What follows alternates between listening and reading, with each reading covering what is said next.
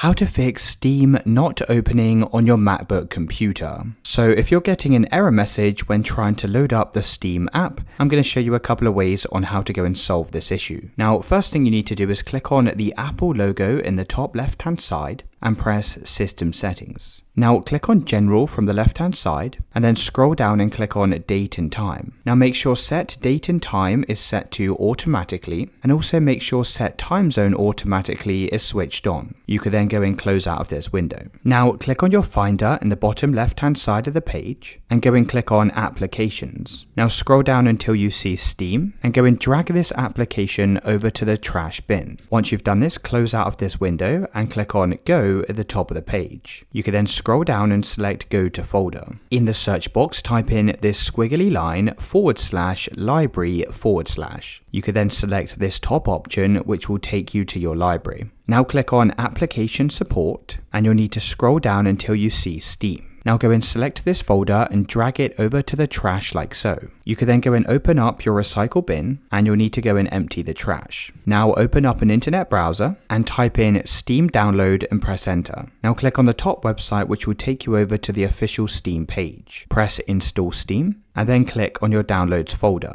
You can then click on the Show in Folder button and you should be able to see this Steam file. Go and double click on it and then you can simply drag this over to the Applications folder. Now go and click on Finder in the bottom left hand side, go and click on Applications and you should be able to find Steam. Go and double click on this and then wait a couple of seconds while this now installs onto your computer. Once it's finished updating, you should then be able to open Steam.